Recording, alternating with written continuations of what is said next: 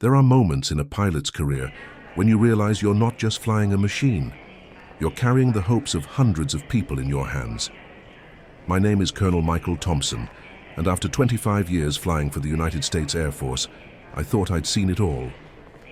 I'd piloted F-16 fighters in combat missions, transported troops in C-130 Hercules through hostile zones, and commanded dozens of missions in C-17 Globemasters.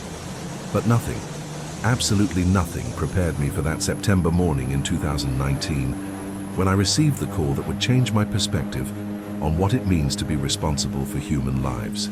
It was 05:30 in the morning when my phone rang at Dover Air Force Base in Delaware. On the other end of the line, a tense voice from command informed me about an emergency evacuation that needed to be executed in less than 12 hours. The situation in the Middle East had deteriorated rapidly during the night, and hundreds of American civilians and allies were trapped in an embassy that would soon be taken by hostile forces. Colonel Thompson, we need you to command Charlie 5017 to Ramstein, then direct to the hot zone. This is a Bravo Zulu maximum priority mission, said Brigadier General Stevens, using the military code for well done, an expression that usually came after completed missions, not before they began. The C-5 Galaxy, the absolute giant of military skies. At 75 meters long and 68 meters wingspan, this aircraft is an engineering monster that can transport practically anything the US military needs to move around the world. Abrams tanks, complete Apache helicopters, armored vehicles. Everything fits in the belly of this flying Leviathan. But that day, we wouldn't be carrying military equipment. We'd be carrying something infinitely more precious and fragile, human lives. 45 minutes later, I was in the morning briefing with my crew. There was Major James Parker, my co-pilot and one of the best I've ever known. Surgical precision in every movement, calm under pressure like Arctic ice. Master Sergeant Robert Martinez was responsible for flight engineering, an 18-year veteran who knew every bolt, every circuit, every quirk of the galaxy, as if it were part of his own body. And we had a complete team of loadmasters and medical specialists, because we knew some of the evacuees might be injured. "Gentlemen," said the operations officer, pointing to the digital map on the screen, "the situation is FUBAR. We estimate 347 people waiting for evacuation. Embassy staff, their families, American citizens working in the region, and some local allies whose security is compromised. The airport is still under our control, but only for a few more hours." The plan was straightforward, at least on paper. We'd fly from Dover to Ramstein, Germany, where we'd make a quick technical stop for refueling and systems check. From there, we'd go direct to the conflict zone with ETA, estimated time of arrival, scheduled for 14:30 local. We'd have a window of just 2 hours on the ground to load all evacuees before the situation became untenable. "Colonel," the officer handed me a sealed envelope, "these are special authorizations.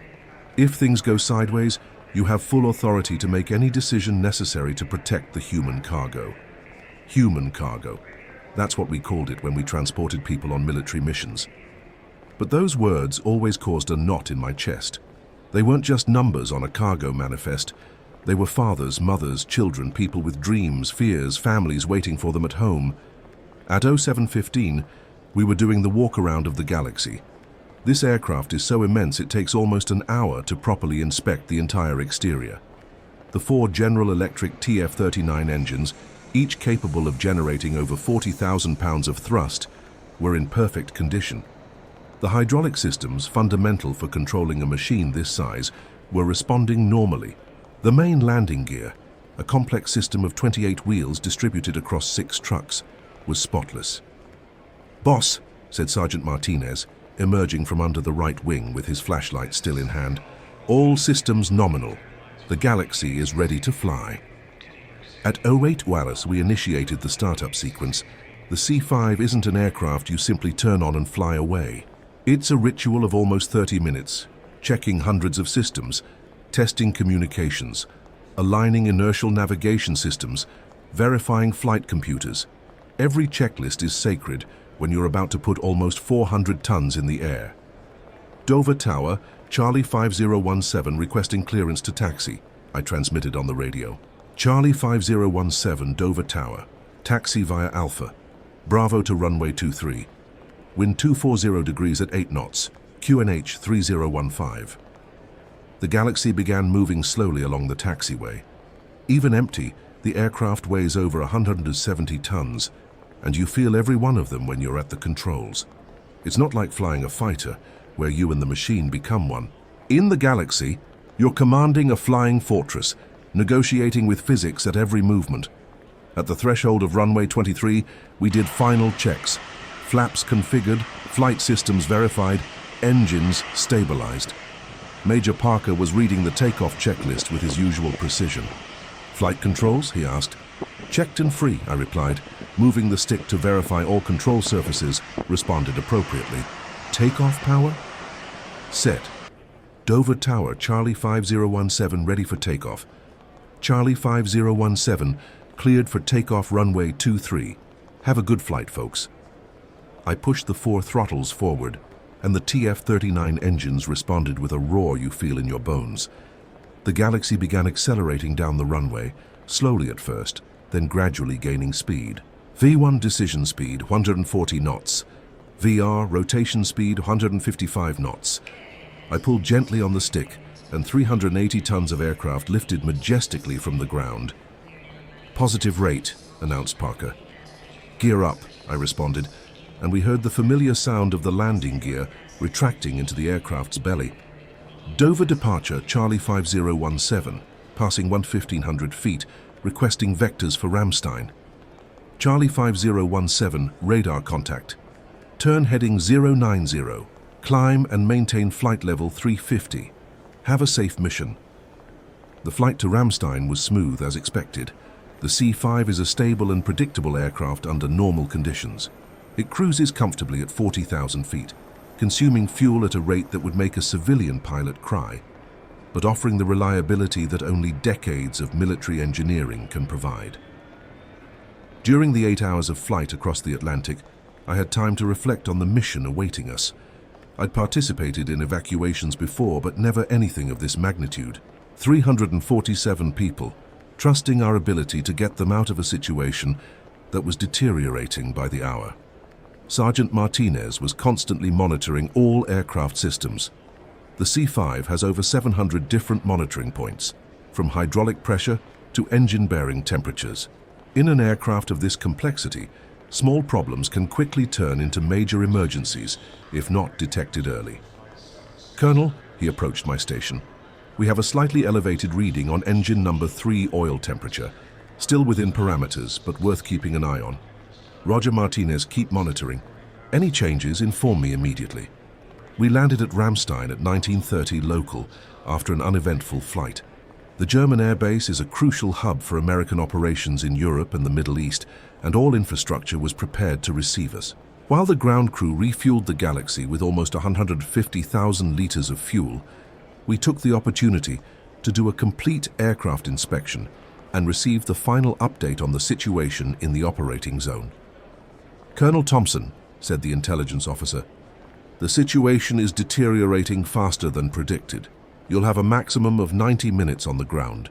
After that time frame, we can't guarantee operation security. 90 minutes to load 347 people, their essential baggage, verify everyone was aboard, close the aircraft, and take off. It was a tight schedule, but doable if everything went according to plan. At 21:45, we took off from Ramstein toward the final destination. The flight would be approximately 4 hours, but each passing minute increased the tension. We were literally flying against time. "Boss?" Martinez appeared at my side again, this time with a more worried expression. "Engine 3 oil temperature continues rising, still within limits but definitely not normal." I checked the instruments personally. He was right. The temperature was at 115 degrees Celsius, within the 120 degrees Celsius limit, but well above the 95 degrees C we considered normal for cruise conditions. "Keep monitoring. If it reaches 118 degrees Celsius, we're reducing power on that engine." The rest of the flight to the operating zone passed in growing tension. Not just because of the engine, but from awareness that we were approaching an area where the security situation was rapidly deteriorating. The radio occasionally crackled with military communications, in codes I preferred not to completely decipher. At a 1:30 local, we spotted the airport lights. It was a medium-sized military strip, sufficient for the galaxy, but with no margin for error. A single 3,000-meter runway, surrounded by low hills, in a region that had become progressively more hostile in the last 48 hours. Tower, Charlie 5017, 15 miles final for runway 09, I transmitted. Charlie 5017, runway 09 cleared to land, winds 080 at 12 knots.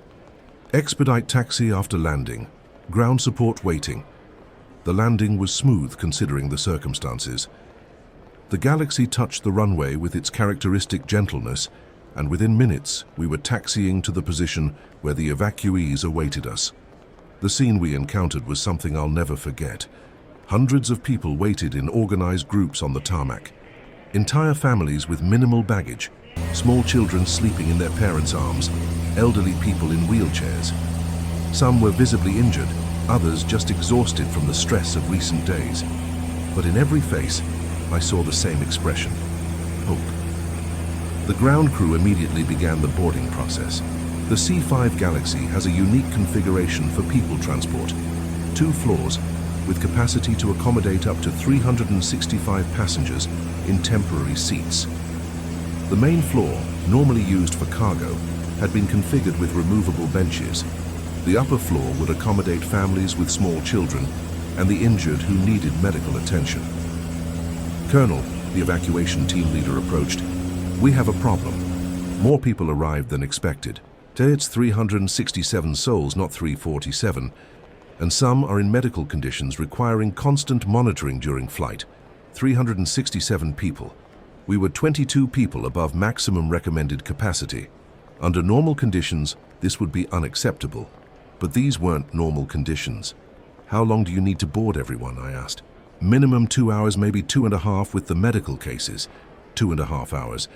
Our original deadline was 90 minutes, and that was already optimistic, considering the deteriorating security situation." "Martinez," I called the sergeant, "how's engine 3? Temperature stabilized at 116 degrees C, but still within limits. What worries me is it's not dropping like it should with the aircraft on the ground. An engine with problems, 367 people to evacuate, a time window closing rapidly, and a security situation deteriorating every minute. It was exactly the type of situation no flight school can really prepare you for." "Parker," I said to my co-pilot, "let's start preparing the aircraft for takeoff. I want to be ready to get out of here the moment the last person boards." While supervising the boarding, I maintained constant contact with the Mission Control Center. The news wasn't good. Hostile forces were approaching the area, and our operating window was closing faster than predicted. "Colonel Thompson," the voice crackled on the radio, "you have a maximum of 45 more minutes. After that, we can't guarantee takeoff security." 45 minutes. We still had at least 80 people to board, including several medical cases that needed to be carefully accommodated in the aircraft. That's when I made one of the most difficult decisions of my career. I approached the evacuation leader and said, "We're accelerating the process. Minimal baggage only. 1 small suitcase per person, nothing more.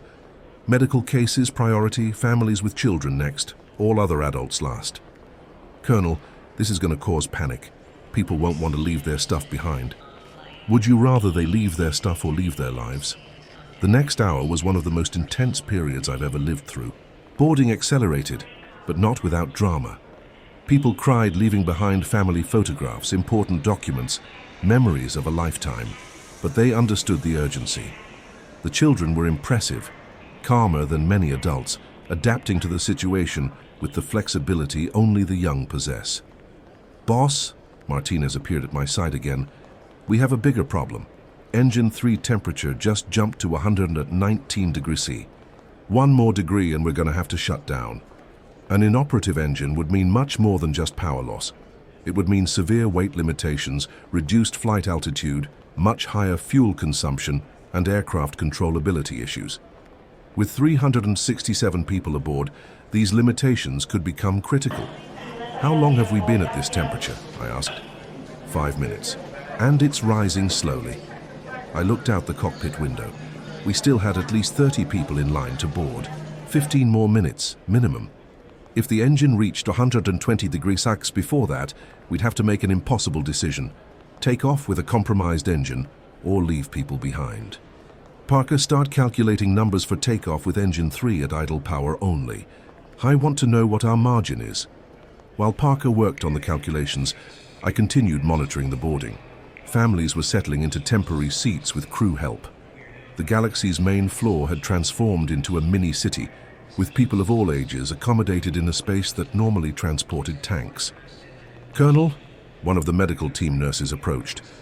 "We have 3 people who need supplemental oxygen during flight, and an elderly lady with heart problems who may need intensive care.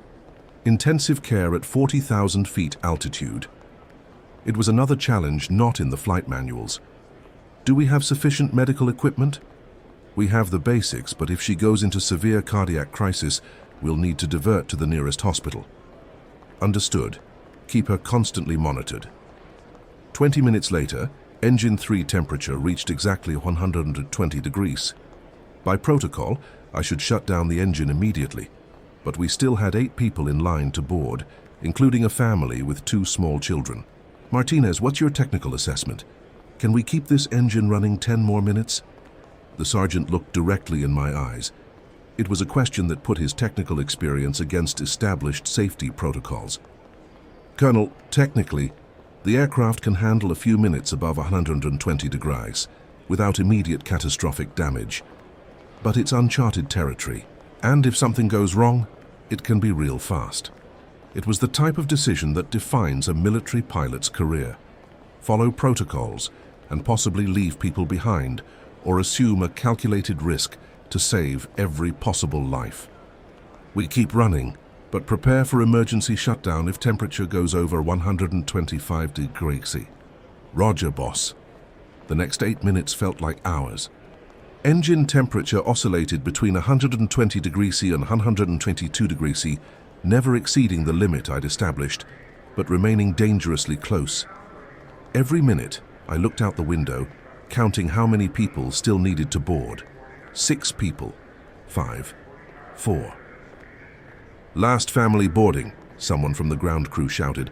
3 people. 2. 1. "Doors closed. Aircraft secured for takeoff." It was 03:47 local time. We were 77 minutes beyond our original deadline, but we'd managed to board every one of the 367 people. "Parker, how are the takeoff numbers?" "With engine 3 at reduced power, we're gonna need the whole runway. Minimum safety margin, but doable if everything goes perfectly." If everything goes perfectly in military aviation, that's an expression that always makes us nervous. "Tower, Charlie 5017 requesting clearance to taxi." "Charlie 5017 taxi to runway 09. Expedite. You're the last aircraft authorized to depart." The last aircraft, meaning after our departure, that airport would be officially closed for operations due to the security situation. During taxi, I made an announcement over the internal sound system. "Ladies and gentlemen, this is Colonel Thompson, aircraft commander. We're beginning our journey home.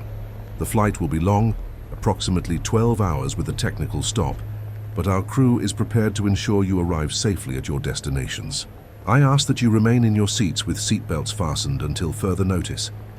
At the runway threshold, we did final takeoff checks, but this time, with a critical difference, engine 3 was limited to 80% maximum power. "Flight controls? Checked and free. Engines? Engines 1, 2, and 4, full power available. Engine 3 limited to 80% max. Passengers? 367 souls on board secured for takeoff. Tower Charlie 5017 ready for immediate takeoff. Charlie 5017 cleared for takeoff runway 09, wind 090 at 15 knots. Good luck." I pushed the throttles forward, but this time keeping engine 3 at reduced power. The Galaxy began accelerating, but visibly slower than normal. With 367 people aboard plus fuel for 12 hours of flight, we were operating near maximum takeoff weight, and the power loss from engine 3 was being felt. "V1, announced Parker. Decision speed exceeded. Now we were committed to takeoff, regardless of what happened. "VR. I pulled gently on the stick, but the aircraft responded more slowly than usual. The end of the runway was approaching rapidly. "Rotate," Parker said with an urgency he rarely showed. I pulled more firmly and finally felt the aircraft lift off the ground. But we were flying just meters above the runway, gaining altitude very gradually. "Positive rate," Parker announced, but his voice carried a concern that mirrored my own. "Gear up." With the landing gear retracted, the aircraft began climbing more consistently, but was still far from a Galaxy's normal performance. "Departure, Charlie 5017 airborne requesting vectors for Ramstein." Charlie 5017, radar contact. Turn heading 270, climb when able to flight level 250. Requesting flight level 250, I replied, but knew that with a limited engine and maximum weight, reaching 25,000 feet would be a challenge. The first 30 minutes after takeoff were crucial. The aircraft was flying but clearly stressed. The climb was slow, fuel consumption was above normal, and engine 3 temperature continued oscillating dangerously close to limits. "Boss," Martinez approached with an update I was dreading. "Engine 3 is now at 123 degrees AC. We got to make a decision." 123 degrees AC, 3 degrees above normal operational limit. Under normal conditions, it would be immediate shutdown and emergency declared. But with 367 lives aboard and overflying hostile territory, options were limited. "What's the nearest alternate airport?" I asked Parker. "Ramstein is 650 nautical miles. With 3 engines and this weight, it's at least 2.5 hours flight."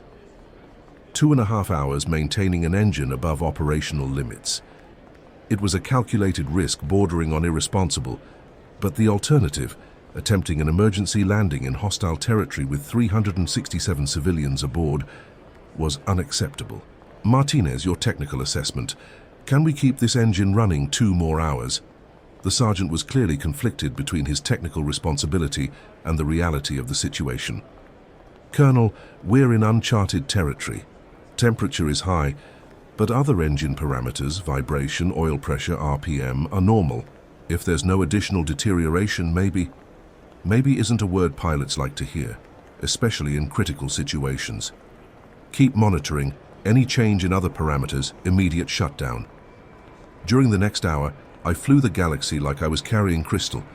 Every altitude change, every turn, every power adjustment was made with extreme delicacy. The aircraft was responding adequately, but I could feel we were operating at the limit. At 1 hour and 40 minutes into flight, Martinez appeared again with an expression that made me fear the worst. "Boss, we have a new problem. Hydraulic system number 2 is losing pressure. Not critical yet, but it's dropping steadily. Compromised hydraulic system. In an aircraft the size of the Galaxy, hydraulic systems are vital for controlling all command surfaces. We have 3 redundant systems, but losing one adds more stress to the others. Rate of pressure loss? About 50 psi per hour. At current rate, we'll have complete loss of System 2 in approximately 3 hours. 3 hours. More time than we needed to reach Ramstein, but not much more. Parker, calculate a continuous descent to Ramstein. I want to get there as fast as possible without stressing the systems further." That's when I received a radio call that transformed our situation from difficult to critical. "Charlie 5017, this is Magic 81. Do you copy?" Magic 81 was the call sign of an E-3 AWACS, a command and control aircraft monitoring the region's airspace. "Magic 81, Charlie 5017, go ahead." "Charlie 5017, be advised you have unknown aircraft following your trip for 20 minutes. Suggest immediate cross charge to heading 300. Unknown aircraft following us. In a conflict zone, that's rarely good news. Magic 81, roger. Turning 300, request immediate vectors to nearest friendly airspace." "Charlie 5017, turn 300, then 340 in 50 miles. Friendly fighters dispatched to your location." Friendly fighters sent to our location, meaning the situation was serious enough to justify armed escort. I initiated a gentle left turn, always mindful of the compromised engine and the hydraulic system losing pressure. With 367 civilians aboard, every maneuver had to be smooth and calculated. "Boss," Martinez came running from the engineering section, "Engine 3 just jumped to 126 degrees. And now I'm seeing oil pressure fluctuations. 126 degrees C and unstable oil pressure. It was the absolute limit. No more margin for calculated risks. "Shut down engine 3 immediately," I ordered. "Roger, shutting down engine 3. I immediately felt the difference in the aircraft when engine 3 was shut down. The Galaxy began yawing slightly right due to asymmetric thrust loss, and I had to apply rudder to maintain course. Speed began decreasing and climb rate became almost zero. Magic 81, Charlie 5017 declaring emergency. Engine shutdown, 3 engines operating, 367 souls on board. Charlie 5017, emergency declared. You're cleared direct Ramstein. Descend when ready to flight level 200. Emergency services standing by. With 3 engines operating and maximum weight, 20,000 feet would probably be our maximum altitude. But at least we were flying and maintaining aircraft control. Parker, recalculate all numbers. Flight time to Ramstein, fuel consumption, weight limitations for landing. While Parker worked on calculations, I concentrated on keeping the aircraft stable. With 3 engines, the Galaxy was still perfectly flyable, but error margins were much smaller. "Boss," Martinez returned with an update on the hydraulic system. "System 2 now at 800 psi and dropping. At current rate, complete loss in 2 hours. 2 hours. Practically the exact time we needed to reach Ramstein. That's when I heard a voice on the radio that brought me the first relief in hours. Charlie 5017, this is Viper 11. We have you in sight and are assuming escort position." Viper 11 was an F-16 Fighting Falcon. I looked out the window and spotted 2 sleek silhouettes positioned on our left side, our armed guardian angels. Viper 11, Charlie 5017, much appreciated for the company. We have an emergency. Engine shutdown and hydraulic system compromised. Roger, Charlie, we understand the situation. We'll stay with you to Ramstein. The fighter's presence provided not just security, but also a morale boost for the entire crew. Knowing we weren't alone in that ocean of technical problems made all the difference. During the next hour, I kept the aircraft in a very gradual, continuous descent toward Ramstein. Speed was reduced. Fuel consumption was higher than normal due to 3 engines operating at elevated power, and hydraulic system number 2 continued losing pressure steadily. "Colonel," one of the nurses appeared in the cockpit. "The elderly lady with heart problems is having breathing difficulties. We need to consider the possibility of a closer emergency landing." A closer emergency landing. With 3 engines operating, compromised hydraulic system, and now a medical emergency aboard. "What's her prognosis?" "Unstable, but conscious. With supplemental oxygen, she can hold on for a few more hours. But if she gets worse..." "Understood. Keep monitoring. Inform me of any changes." I consulted the navigation chart. The nearest civilian airport was Frankfurt, just 45 minutes flight time. But an unscheduled landing in Frankfurt, with 367 evacuees, would be a complex operation, involving German civilian authorities, immigration, temporary accommodation for hundreds of people. "Parker, estimated time to Ramstein?" 1 hour and 15 minutes at current heading and speed. 1 hour and 15 minutes. Could the elderly lady hold on? Could hydraulic system 2 hold on? And what other problems might arise? As if Martinez were reading my thoughts, he appeared again. "Boss, hydraulic system 2 now at 600 psi. But I have good news. All other systems are stable. Engines 1, 2, and 4 operating nominally. 600 psi. Still functioning, but clearly on the path to complete failure." That's when I made another command decision. "Martinez, initiate checklist for landing with compromised hydraulic system. Parker, contact Ramstein and inform them we'll need all available emergency teams." Ramstein approach, Charlie 5017, 75 miles southeast, declaring full emergency. Engine shutdown. Hydraulic system compromised. Medical emergency aboard, 367 souls on board. Charlie 5017, Ramstein approach. Roger your emergency. You're cleared direct runway 09er left. Winds light and variable. All emergency services standing by. Hospital also notified for medical emergency. 75 miles, approximately 35 minutes flight time. Hydraulic system 2 was now at 400 psi, still functional but in the critical zone. "Boss, Martinez said, consulting his emergency checklist. With hydraulic system 2 compromised, we'll have heavier controls, especially for lowering landing gear. But systems 1 and 3 are compensating adequately. Heavier controls weren't a significant problem. The Galaxy is an aircraft that always requires physical strength to control. Landing gear, however, was a concern. If hydraulic system 2 failed completely during gear extension, we might have problems lowering all 28 wheels properly. We'll extend landing gear earlier than normal, I decided, at 15 miles final, even though it's a bit high for standard procedure. At 25 miles from Ramstein, hydraulic system 2 was at 200 psi, technically still operational but for a very short time. Ramstein Tower, Charlie 5017, 25 miles final, requesting gear extension at 15 miles. Charlie 5017, approved gear extension when ready. Fire trucks and medical standing by. At 15 miles, I initiated landing gear extension. Normally it's an automatic process taking about 30 seconds. This time it took almost 2 minutes with several intermittent warnings of low hydraulic pressure. Gear down and locked, announced Parker after checking all indicators. 3 green lights confirmed, I confirmed, personally verifying that all landing gear lights were green, indicating proper extension and locking. The final approach to Ramstein was one of the most tense of my career. With 3 engines operating, the aircraft was slightly unbalanced, requiring constant rudder corrections. Hydraulic system number 2 had failed completely at 10 miles final, transferring all load to systems 1 and 3. Charlie 5017, final approach runway 09 left. Wayne's calm visibility 10 kilometers.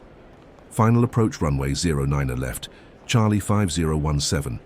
Ramstein's runway appeared ahead, with an impressive lineup of emergency equipment positioned along the sides. Fire trucks, ambulances, rescue vehicles. It was comforting to know that if something went wrong during landing, immediate help would be available. The landing itself was surprisingly smooth. The Galaxy touched the runway with its characteristic gentleness, and I immediately applied reverse on the 3 operational engines to decelerate the aircraft. Charlie 5017, welcome to Ramstein. Taxi to parking position Alpha. Medical personnel standing by for immediate assistance. While taxiing to the parking position, I made another announcement over the internal system. Ladies and gentlemen, we have landed safely at Ramstein, Germany. Medical teams are waiting to assist anyone needing medical care. Please remain in your seats until the crew guides you. The deplaning operation took almost 3 hours. The elderly lady with heart problems was the first to be removed, immediately transported to the base hospital in an ambulance. Several other people needed minor medical assistance, but nothing critical. While supervising deplaning, I received a call from Mission Command. Colonel Thompson, I congratulate you and your crew on exceptional mission execution. All 367 people were evacuated safely, and preliminary reports indicate you were the last aircraft to leave before the airport was taken. The last aircraft, meaning every minute we delayed, every risk decision we made, every second we kept that engine running beyond limits had been justified. 3 hours later, after complete deplaning, I finally had time to reflect on what had happened. We were safe at Ramstein. All 367 people were on their way to final destinations or receiving adequate medical care, and our crew had executed one of the most challenging missions of their careers. Boss, Martinez approached while I was still in the cockpit. I wanted you to know, in 18 years flying military transport, this was the most intense mission I've ever participated in, but also the most meaningful. Meaningful, it was exactly the right word. In all the tension of technical problems, calculated risks, difficult decisions, sometimes we lose sight of why we do what we do. But when you see families reuniting after being evacuated from a war zone, when you see children running into the arms of relatives who were waiting for them, when you see elderly people receiving medical care that will save their lives, that's when you truly understand the weight of responsibility we carry. The Galaxy remained at Ramstein for a week for extensive repairs. Engine 3 needed complete replacement, hydraulic system 2 was rebuilt, and dozens of other minor checks were performed. When we finally flew back to Dover, the aircraft was better than before the mission. But the experience had changed all of us. Parker, always meticulous, became even more obsessive with checklists and procedures. Martinez developed his own monitoring system that allowed detecting problems even earlier. And I learned that sometimes the most difficult decisions a pilot faces aren't in the flight manuals. They're in the thin line between safety protocols and moral responsibility. 6 months later, I received a letter from one of the children we evacuated that night. It was a colorful drawing showing a giant airplane flying through clouds with the message, "Thank you for taking us home," written in a child's careful letters. That letter is framed in my office to this day, reminding me daily why I chose this profession. Military aviation teaches us many things about leadership, about decision-making under pressure, about teamwork in critical situations. But that mission taught me something that goes beyond any technical training. Sometimes, the true test of a pilot isn't how well you fly the aircraft when everything's working perfectly. It's how well you carry the responsibility for hundreds of lives when everything's going wrong. The C-5 Galaxy is called the Giant of the Skies for its impressive transport capacity. But that night over hostile territory, with a failing engine and compromised systems, I learned that the true giant wasn't the machine. It was the people who trusted our ability to take them home. Today, whenever I see a Galaxy taking off from Dover, loaded with equipment or troops for some distant mission, I remember that September night. I remember the faces of the 367 people who trusted their lives to a crew operating at the limit of their technical and human capabilities. And I remember that in the end, aviation isn't about machines, it's about people. People who build these incredible aircraft, people who keep them operational, people who pilot them through adverse conditions, and people who depend on them to get home safely. The Charlie 5017 mission became a case study at the Military Aviation Academy, analyzed for its technical decisions, emergency procedures, and crew resource management. But for me and my crew, it will always be simply the night when 367 people trusted us to take them home. And we managed to honor that trust. Because in the end, that's what flying is about. Not just mastering the physics of flight or managing complex systems, but understanding that every time we push the throttles forward and lift an aircraft off the ground, we're carrying something much more precious than cargo or fuel. We're carrying hope, dreams, human lives that depend on our competence, our dedication, and our ability to make the right decisions when things get tough. And when you truly understand that, when you feel the real weight of that responsibility on your shoulders, that's when you become not just a pilot, but a guardian of the skies, someone people can trust their lives to, knowing you'll do everything possible to get them home. That's the true measure of an aviator. Not how many flight hours you have in your logbook, not how many aircraft types you're qualified to pilot, but how many times you looked into the eyes of people who depended on you and managed to honor that trust. It's a responsibility that never gets easier, but becomes more meaningful with each mission. If you've ever traveled by airplane, whether in a commercial aircraft for family vacation or in a military aircraft during service, there was a moment when your life was literally in the hands of pilots you probably never met. Pilots who spent years training, studying, preparing for the moment when their competence would be the difference between a safe flight and a tragedy. It's a responsibility we carry with pride, but also with the humility of knowing we're never bigger than the machines we pilot, or more important than the lives we transport. We're simply the human link in a complex chain of technology, training, and trust that allows human beings to defy gravity and cross distances our ancestors could only dream of. The next time you see an airplane crossing the sky, remember that inside that machine are people. Pilots, crew, passengers, all united by mutual trust that they'll arrive together at their destination. It's one of the purest forms of human cooperation, a demonstration that when we work together with competence and dedication, we can accomplish truly extraordinary things. And if you're thinking about pursuing a career in aviation, know that it's not just about learning to fly. It's about learning to carry responsibility, to make decisions under pressure, to work as a team when the stakes are literally life or death. It's challenging, it's demanding, sometimes it's scary. But it's also one of the most rewarding professions that exist, because every day you have the opportunity to make a real difference in people's lives. Because in the end, we don't fly airplanes. We carry dreams, hopes, and the precious gift of human life through the skies. And there's no greater responsibility or more honorable privilege than that. If you enjoyed this story from the skies and want to hear more accounts like this, subscribe to the Black Box channel. Leave a comment telling us what kind of aviation story you'd like to hear in the next episode, and share this video with someone who also appreciates the extraordinary stories that happen thousands of feet above ground. Because every time an aircraft takes off, there's a story waiting to be told. And some of those stories change our perspective on courage, responsibility, and the incredible power of human cooperation.